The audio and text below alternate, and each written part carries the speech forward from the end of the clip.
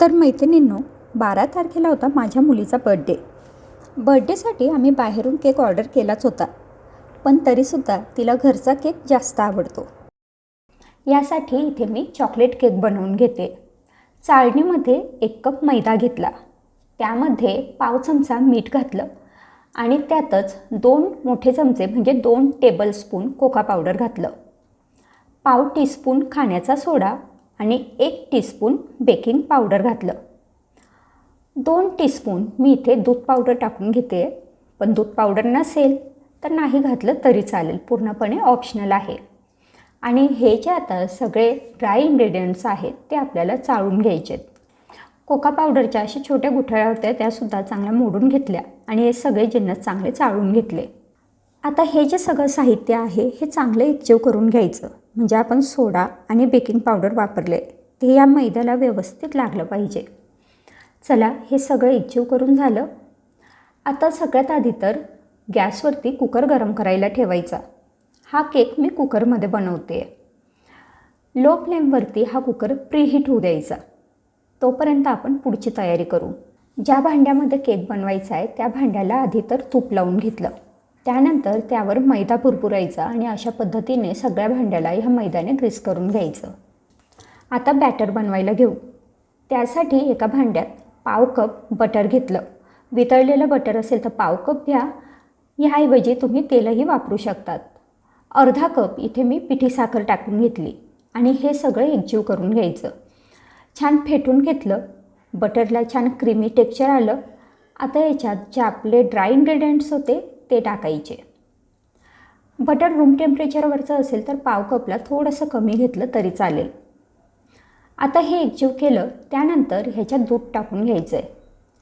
साधारण आपल्याला 1 कप मैद्यासाठी अर्ध्या कपाला थोडंसं कमी एवढं दूध लागतं, पण तरीसुद्धा दूध थोडं थोडं करत टाकायचं, म्हणजे आपल्याला व्यवस्थित अंदाज येतो. आता हे पहा, ह्या कन्सिस्टन्सीला येईल इथपर्यंत आपल्याला यामध्ये दूध टाकायचं आहे.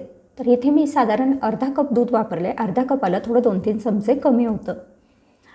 चांगलं फेटून घ्यायचं, ह्याच्यामध्ये अजिबात गुठळ्या राहायला नको. आता हे जे फेटलेलं मिश्रण आहे ते आपण तूप लावून घेतलेल्या डब्यामध्ये काढून घ्यायचं. ज्या डब्यात आपल्याला केक बनवायचा आहे त्यामध्ये हे मिश्रण काढून घेतलं. वरून छानपैकी टुटी फ्रुटी टाकून घेतली. खरं तर चॉकलेट केक आहे, टुटी फ्रुटी नाही टाकली, त्याऐवजी चोकोचिप टाकले तर चालतात. माझ्याकडे चोकोचिप नव्हते आणि मुलीचा आग्रह होता म्हणून मी इथे टुटी फ्रुटी टाकली आहे. चला, आता कुकरमध्ये जाळी ठेवू आणि त्यावरती हा डब्बा ठेवू. प्रीहीट कुकर आहे. वरून झाकण लावायचं. झाकणाची जी शिट्टी आहे ती काढून ठेवायची आणि लो फ्लेमवरती हा केक 50 मिनटं बरोबर शिजू द्यायचा, म्हणजे बेक होऊ द्यायचा. 50 मिनटानंतर आधी गॅस बंद केला, कुकर उघडून पाहिला, केक झालेला आहे की नाही ते चेक करायचं. केक तर छान फुललेला होता, पण चेक करण्यासाठी यामध्ये मी टूथपिक टाकून पाहिली. टूथपिक अगदी व्यवस्थित कोरडी बाहेर आली, म्हणजे केक तयार झाला आहे. चला, आता हा केक आपण बाजूला काढून ठेवू आणि थोडा थंड होऊ देऊ. थंड झाल्यानंतरच हा डब्यातून बाहेर काढायचा आहे. अगदी छान सगळ्या बाजूने एकसारखा असा हा केक इथे तयार झालेला आहे.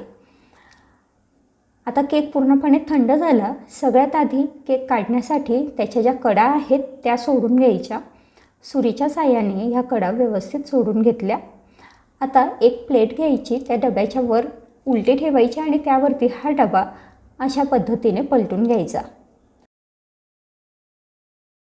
हे बघा, अगदी छान पद्धतीने हा केक निघालेला आहे. अजिबात आपण याला बटर पेपर वगैरे वापरलेला नव्हता, तरीसुद्धा केक छान तयार झालेला आहे. आणि आता करूया सेलिब्रेशन. तिच्या मैत्रिणींना आम्ही दुसऱ्या दिवशी बोलवलं होतं, कारण आज आमच्या सोसायटीमध्ये एक छोटासा कार्यक्रम होता आणि सगळे लोक तिथे जमणार होते. तर आम्ही रात्रीच हा घरगुती छान केक बनवून केक कटिंग करून घेतलं. आणि हो, मुलीला हा केक खूप आवडला बरं का. चला, आता पुन्हा भेटू पुढच्या व्हिडिओमध्ये. बाय.